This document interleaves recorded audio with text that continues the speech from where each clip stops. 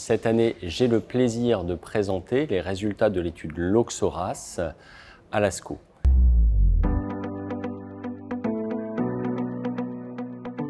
Cette étude a combiné un inhibiteur de deuxième génération de Cara-G12C, l'Olomorasib, en association à un anti-EGFR, le Cetuximab, chez des patients qui avaient un cancer du côlon métastasé avec cette mutation Cara-G12C. Donc cette mutation Cara-G12C, elle est présente chez environ 3% de l'ensemble des cancers du côlon.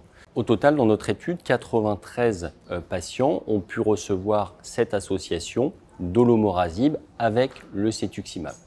Les résultats de notre étude sont très encourageants puisque plus de 90% des patients avaient leur maladie sous contrôle avec cette association, 43% des patients présentaient une réponse partielle et la durée médiane de cette réponse était de l'ordre de 7 mois et demi. En ce qui concerne la tolérance, celle-ci était très bonne. Il y a eu peu d'effets secondaires sévères.